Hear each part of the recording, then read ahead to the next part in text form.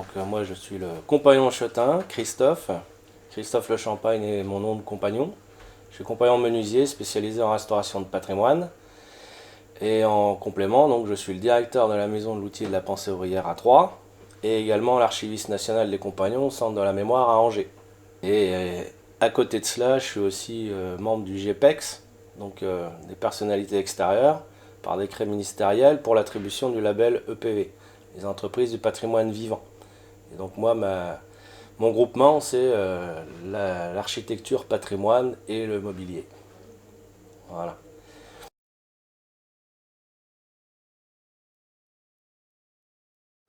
Donc la transmission est quelque chose de très important pour nous, mais ça commence déjà dès notre plus jeune âge, dans notre enfance, parce que inévitablement on découvre un environnement d'atelier, etc. Dans mon village natal, il y avait encore un menuisier qui était installé. Donc comme j'allais à l'école, je passais devant l'atelier régulièrement, 2 à 3 fois par jour.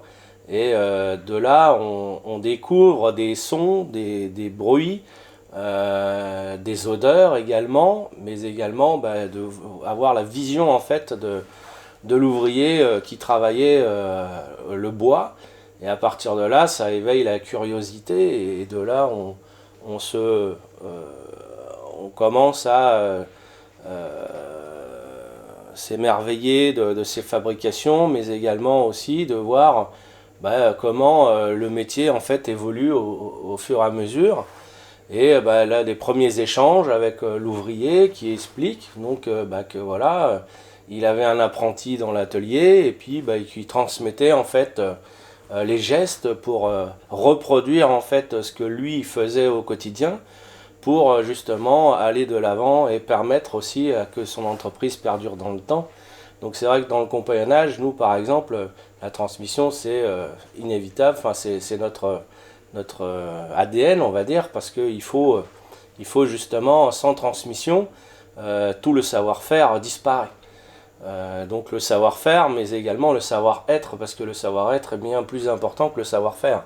Parce que ce qui conditionne le savoir-faire, c'est la personnalité de l'ouvrier ou de l'ouvrière qui transmet son savoir, mais qui sait aussi approprier en fait les différentes techniques et qui transmet après en fait cela suivant sa personnalité.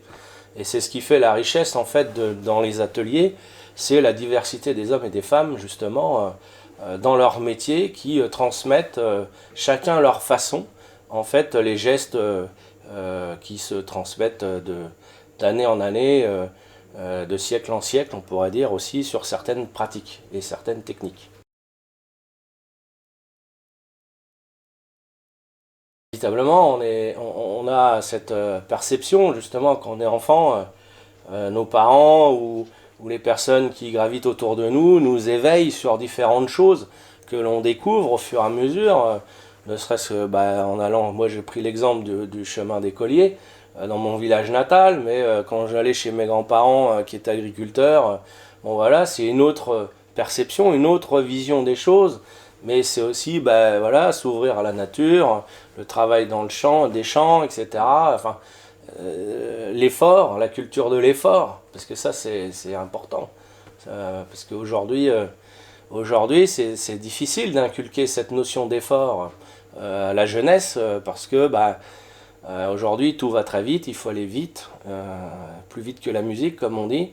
Mais si on va trop vite, c'est là où justement il y a une problématique qui rentre en place, parce que c'est un peu la tour de Babel. Si on va trop vite, l'ouvrage s'effondre, quoi, parce qu'on on n'a pas respecté la matière, pas respecté le temps d'usinage ou le temps de séchage pour un ouvrage, par exemple. Si on colle un ouvrage, si on va trop vite et qu'on ne respecte pas le temps, l'ouvrage peut s'effondrer, quoi.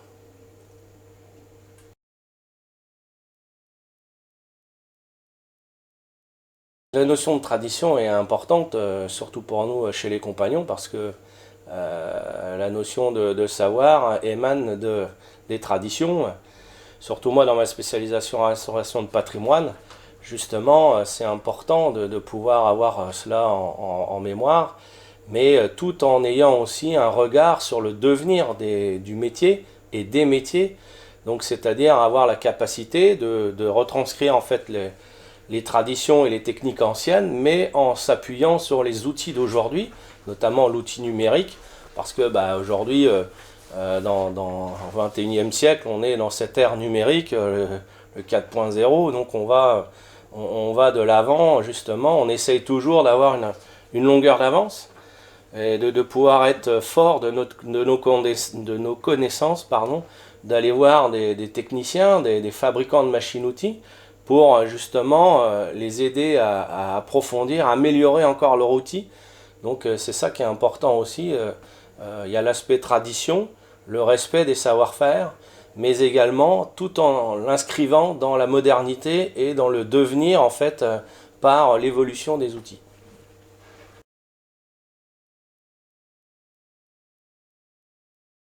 Le travail de mémoire, ouais. L'artisanat, l'environnement dans lequel nous sommes justement, c'est la mémoire de cet artisanat. La pensée ouvrière, c'est justement cela. C'est des ouvriers qui ont écrit des ouvrages sur les techniques pour nous transmettre justement ces techniques qui, pour certaines d'ailleurs, si elles n'étaient pas inscrites, rédigées dans un ouvrage, elles seraient perdues aujourd'hui. Donc il est vrai que ce devoir de mémoire, nous, c'est un devoir que nous avons de transmettre justement tous ces éléments, parce que sinon on perdrait le fil conducteur de nos racines des métiers. Et dans le cadre de la restauration également, c'est bien utile, et notamment à travers les 35 000 ouvrages que nous avons ici, ça permet pour certains architectes notamment de venir ici et s'inspirer de ces mémoires d'ouvriers, d'architectes, par des ouvrages qui ont été publiés et réédités en multiples exemplaires, ou le petit cahier fait aquarellé à la plume unique qui a été fait par un ouvrier.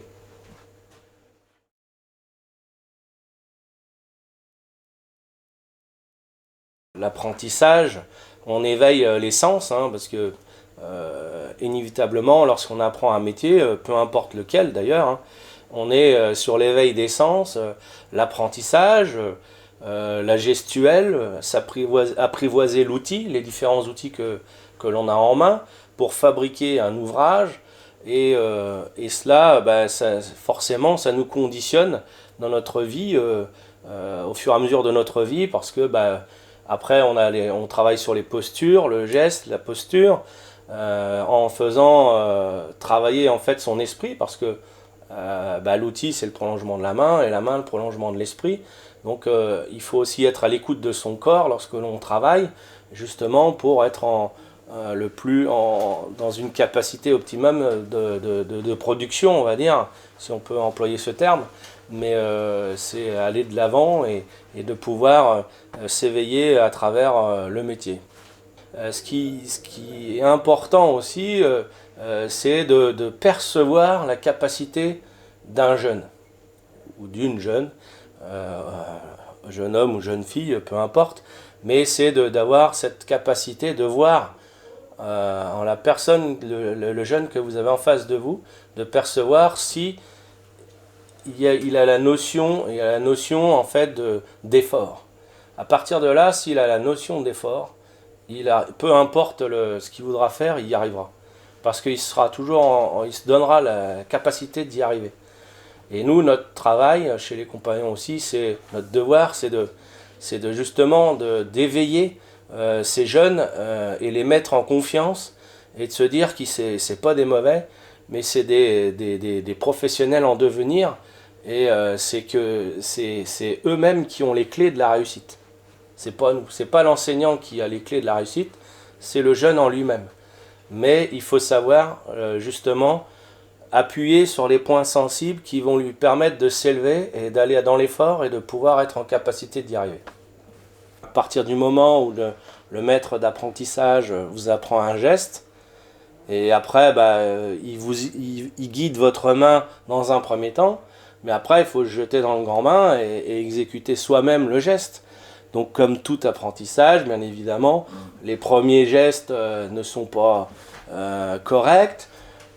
justement, ce que j'ai évoqué tout à l'heure, après on repositionne son corps pour avoir une meilleure tenue, une meilleure assise sur ses appuis, qui va justement nous permettre de guider la main pour exécuter le geste, et au fur et à mesure on trouve cet équilibre et cette maîtrise de la main. On n'est plus autant des bâtisseurs de cathédrales où ils prenaient le temps de faire les choses convenablement, même s'ils avaient quand même des contraintes assez dures, mais ils prenaient le temps et le soin de réaliser les ouvrages correctement, sans précipitation, parce que sinon c'est l'anarchie, hein, et l'ouvrage se ruine, quoi. Aujourd'hui, il est vrai qu'on est obligé d'aller vite parce que voilà, le temps c'est de l'argent, comme on dit, donc il n'y a pas de... Il faut garder quand même une totale maîtrise des réalisations, parce que sinon